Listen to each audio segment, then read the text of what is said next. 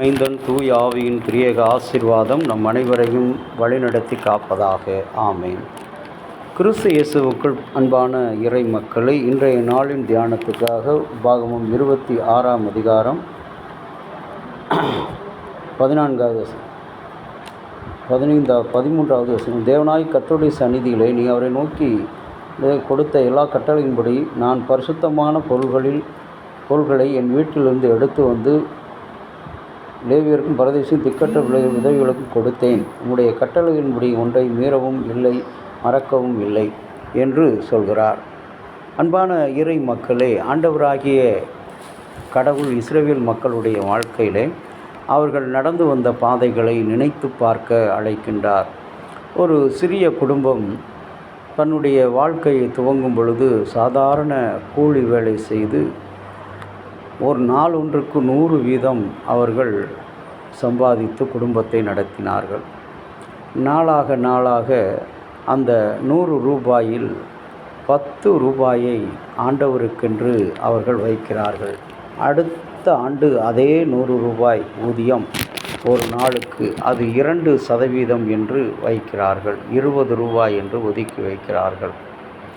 அப்படி அவர்கள் அந்த 100 ரூபாயிலே 1%, 2% என்று ஒதுக்கி வைத்து ஆண்டவருக்கு தன்னுடைய கடவுளுக்கு நன்றி செலுத்தக்கூடிய பண்டிகை வரும்பொழுது அவர்கள் கொண்டு போய் படைப்பது வழக்கம்.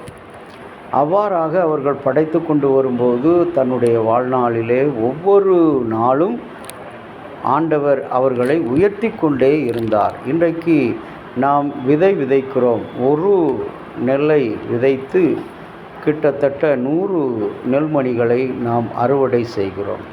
அதுபோலதான் கடவுளுடைய காரியத்திலே, கடவுளுக்காக கொடுப்பதிலே நாம் கணக்கு பார்க்கக்கூடாது. இன்றைக்கு நம்முடைய மக்கள் கடவுளிடத்திலிருந்து ஆசீர்வாதத்தை, அறிவை, ஆற்றலை பெற்று படித்து நன்றாக வேலை செய்து மாதம் 1,00,000 ரூபாய், 60,000 ரூபாய், 70,000 என்று ஊதியம் பெறுகிறோம்.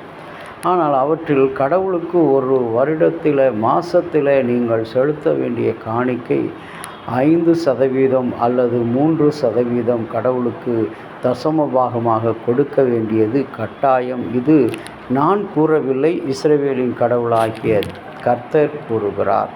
இஸ்ரவேல் மக்களை அழைக்கும்போது நான் துக்கம் கொண்டாடாமல் அவருடைய கட்டளைகளின்படி என் வீட்டிலிருந்து பரிசுத்தமானதை எடுத்து வந்து முதல் காணிக்கை கடவுளுக்கு செலுத்த வேண்டிய காணிக்கை, அதை நாம் செலுத்த இந்த நாளிலே தயங்கி கொண்டிருக்கிறோம். ஊருக்காக காணிக்கை போடுவதும், தன்னுடைய புகழுக்காக காணிக்கை வைப்பதும், தன்னுடைய செல்வத்துக்காக காணிக்கை வைப்பதும் தான் இன்றைக்கு பெரிதாக காணப்படுகிறது.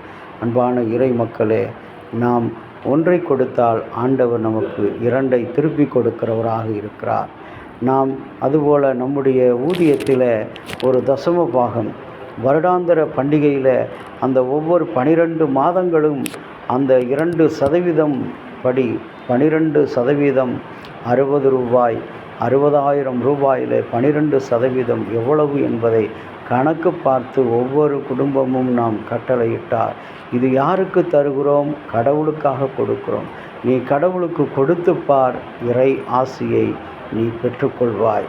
இறை நன்மைகளை உங்கள் பிள்ளைகள் பெற்றுக்கொள்ளும். ஆகவே அப்படிப்பட்ட உதாரத்துவ குணத்தோடு நாம் நம்முடைய வீட்டிலிருந்து முதல் பலியை, பழுதற்ற பலியை முதல் காணிக்கையாக ஆண்டவரிடத்தில், ஆண்டவர் கொடுத்த ஊதியத்தில், உழைப்பில், தொழிலில் முதலாவது நாம் கணக்கு பார்க்காமல் அள்ளி கொடுக்க அழைக்கப்படுகிறோம். இந்த ஆண்டு நடைபெறுகிற வருடாந்திர தோத்திர பண்டிகையில் கர்த்தருக்கு பயந்து நீ படைக்கிற உன்னுடைய காணிக்கை கடவுள் அங்கீகரித்து உன்னையும் உன் சந்ததியும் 2 மடங்கு ஆசீர்வதிக்கிறார். ஜெபிக்கலாம். அன்புள்ள இயேசு சாமி, உடைய நாமத்துக்கு பயந்தவர்கள் மேல் நீதியின் சூரியன் உதிக்கும் சொன்னவரே, இப்படிப்பட்ட கிருபைகளை இந்த நாட்களில் வரப்போகிற அக்டோபர் மாதம் நாங்கள் கொண்டாடப் போகிற அந்த அறுவடை ஸ்தோத்திர பண்டிகைக்கு